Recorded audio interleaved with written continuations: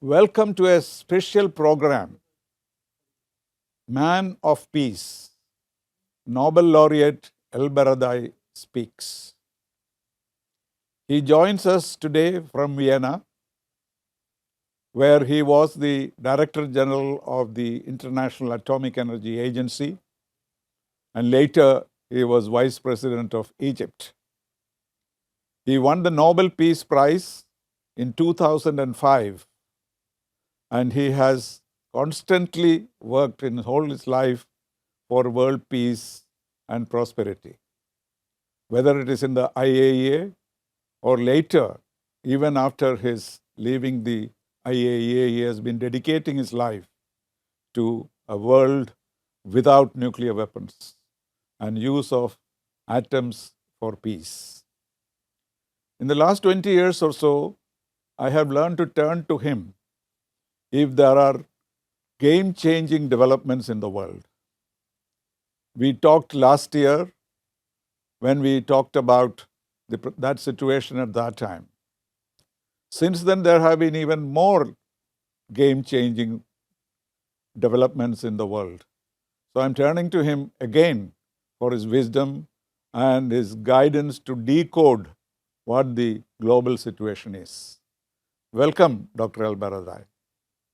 Thank you very much, Ambassador Srinivasan. And I would have prepared that we go together and play golf. That would have been much easier than talking about the world today. But it's a pleasure to be with you again. I just want to read out a few lines from your acceptance speech. You said there, imagine what would happen if the nations of the world spent as much on development as on building the machines of war. Imagine a world where every human being would live in freedom and dignity. Imagine a world in which we would shed the same tears when a child dies in Darfur or Vancouver. Imagine a world where we would settle our differences through diplomacy and dialogue and not through bombs and bullets. Imagine if the only nuclear weapons remaining were the relics in our museums. Imagine that legacy we could leave to our children. Then you say, imagine that such a world is within our grasp. 20 years have passed since you said these words. Is this such a world still within our grasp? Unfortunately, Srini, every word I've uttered 20 years ago is still with us.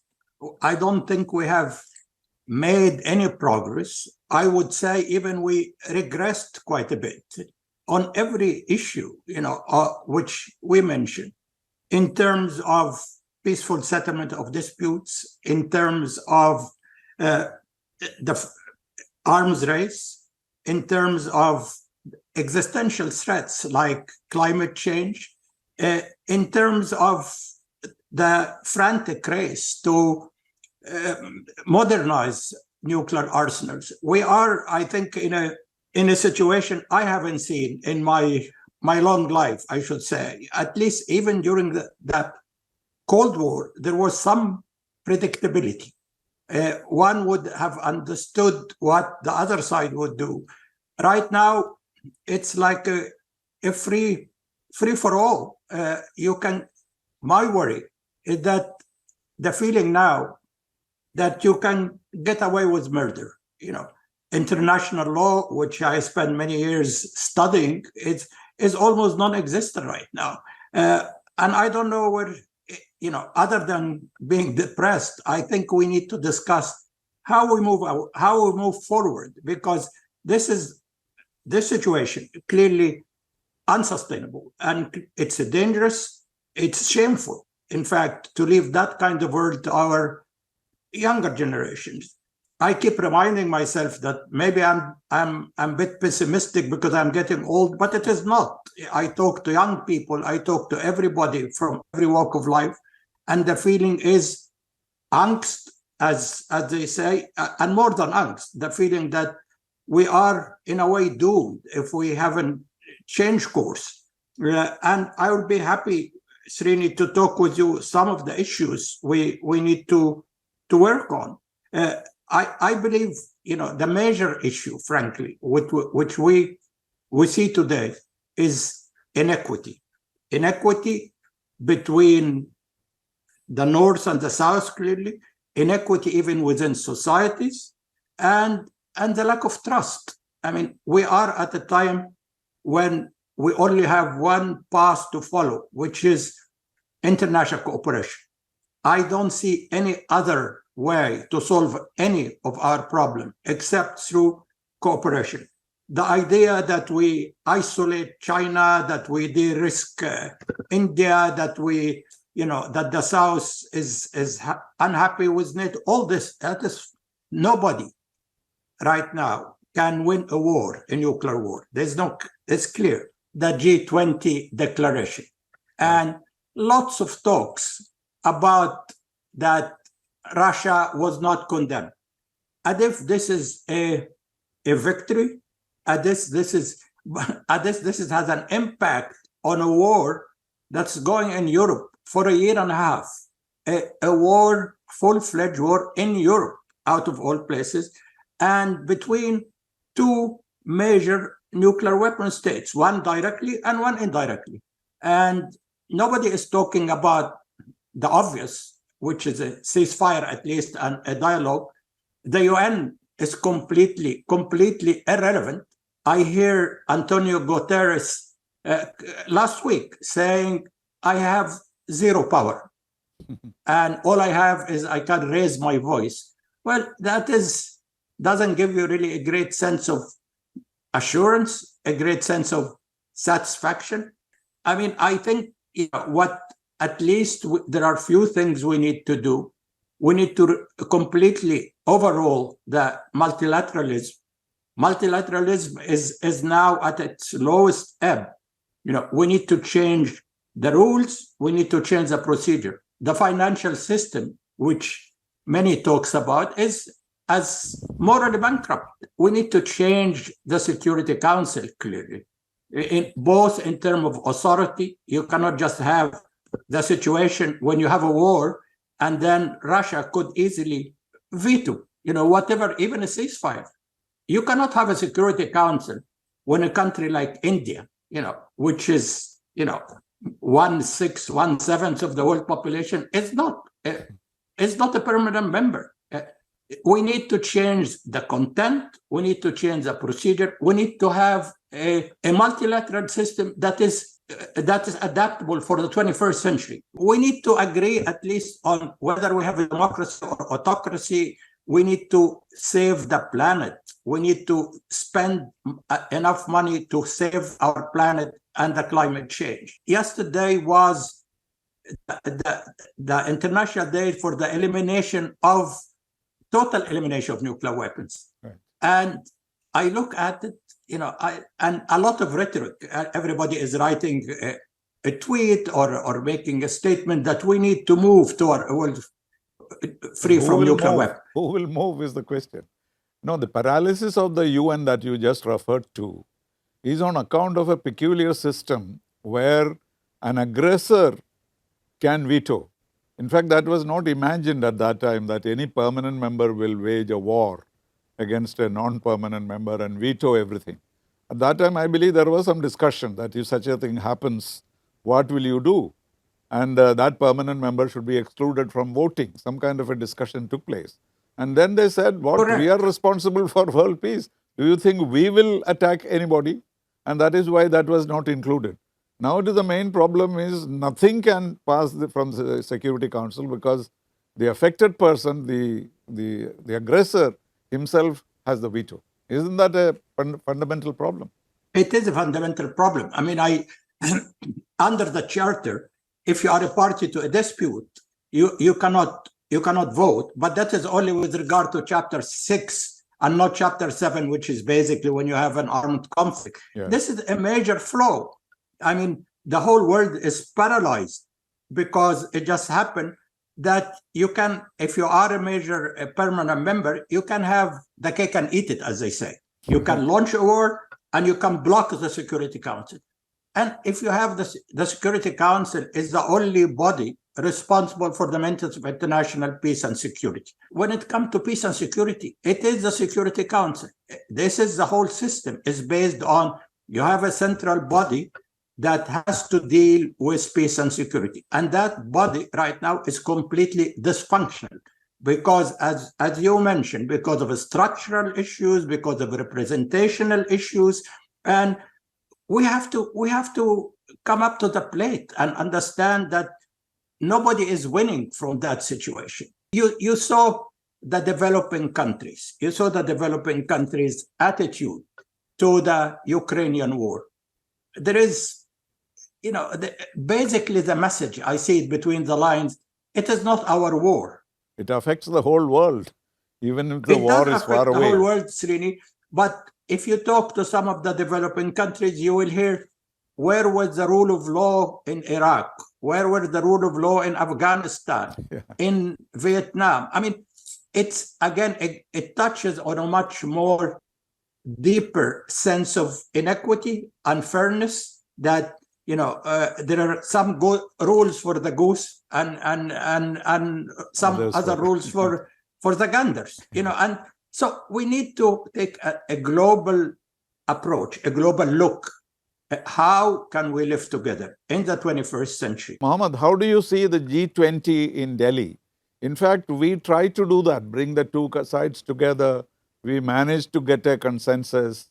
There is a development of a global south, which is taking more active action. Of course, these are still words.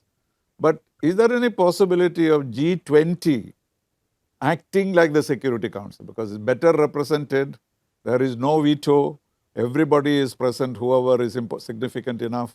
In that situation, can G20's decisions be somehow accepted by the Security Council? Can it act like a negotiating body, which again then goes to the Security Council? Is that possible? Because Security Council expansion, I do not see happening in a hurry.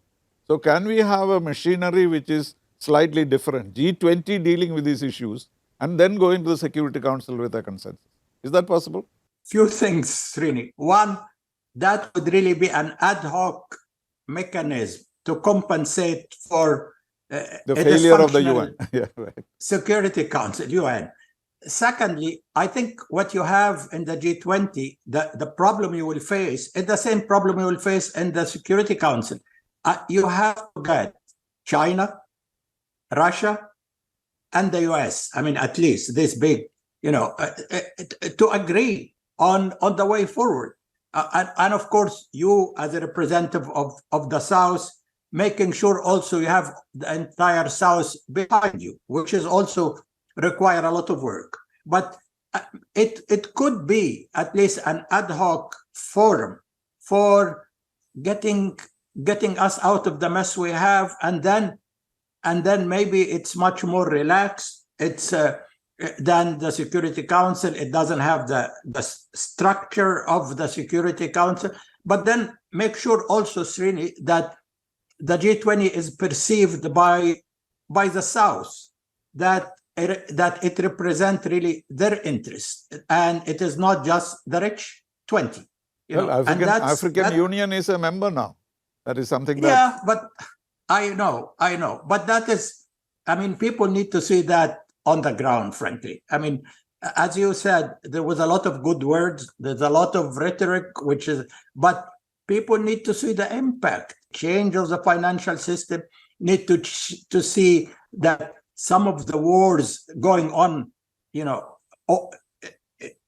for no senseless wars in the Middle East, in Yemen, in Libya, in Iraq, in Syria, they need to see concrete action, and they need to see that this is the result of cooperation, responsible cooperation among the major powers. So I look, again, you are the G20 chairman right now. Right. I think you need to challenge the major power, which, as I said, China, Russia, and the US at least, and with each one has its own allies, to make sure, let us show the world that even when the UN is still dysfunctional, we can act responsibly, and we can act and choose some of the issues. As I said, when possibly you can have an agreement, climate change, financial system.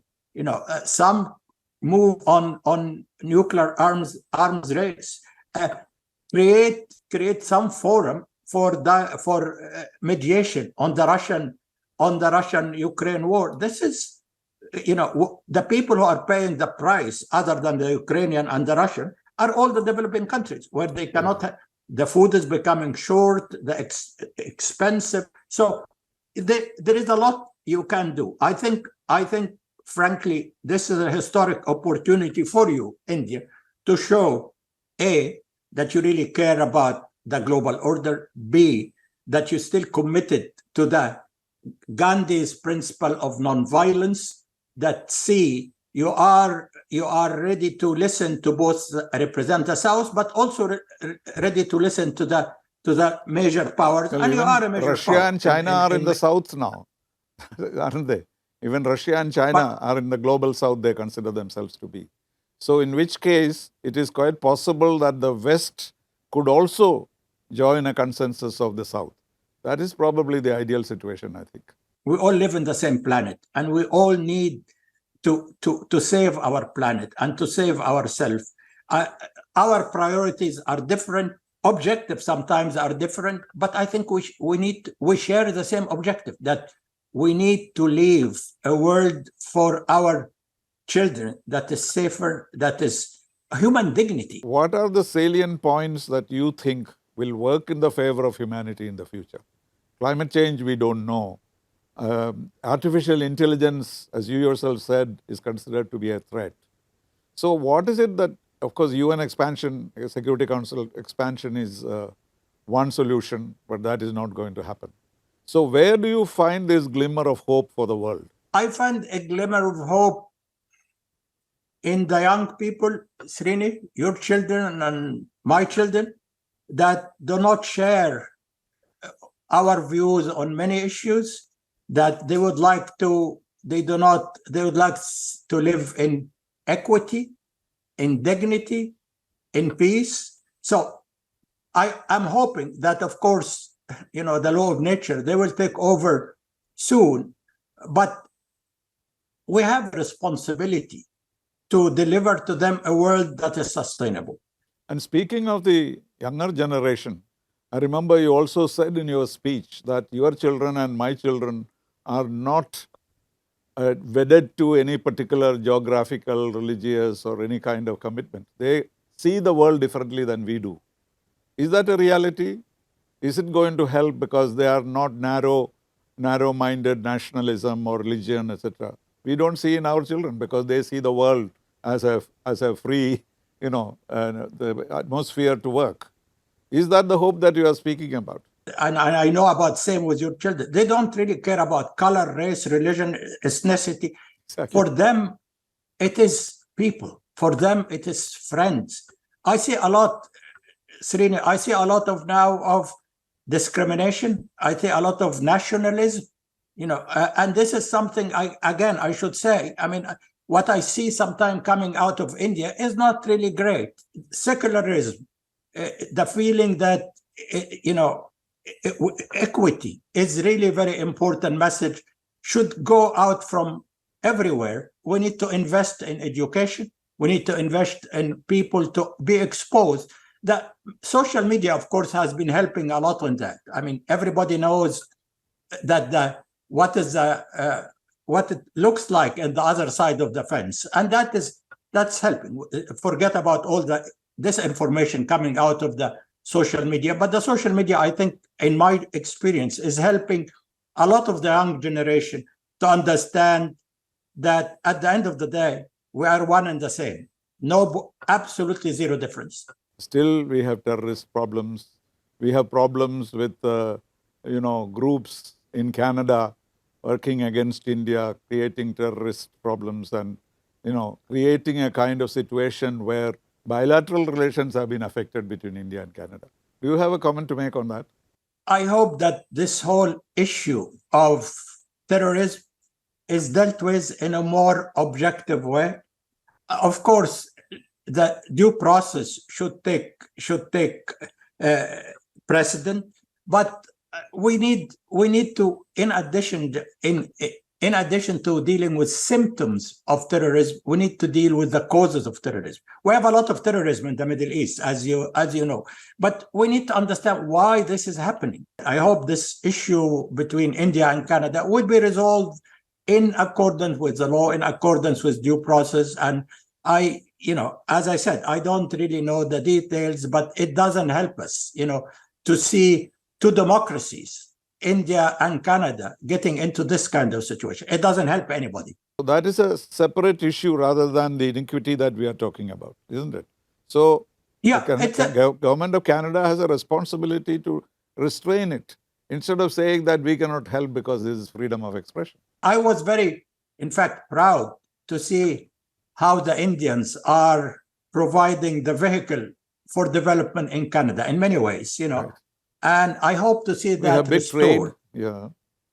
I hope to see that restored. I mean, one thing as I said, I always talk about, I always admire how the Indians are everywhere leading the charge, whether it's in the technology, whether it's the US, wherever you go. There is a clever Indian doing something constructive. And I hope that will continue, Srini. Thank you very much, Mohamed, for this conversation, for taking off your time. Thank you very much, Srini, for having me. Thanks. Thank you. All the very best.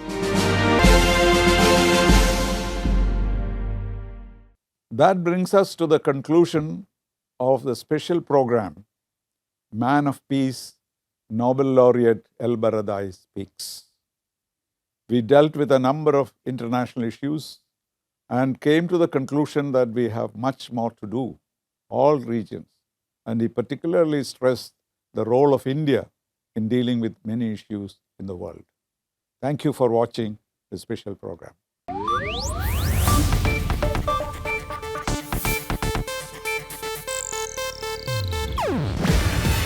ಇದು Asianet news network ಪ್ರಸ್ತುತಿ. ನೀವು ನೋಡ್ತಿದ್ದೀರಾ Asianet ಸುವರ್ಣ news.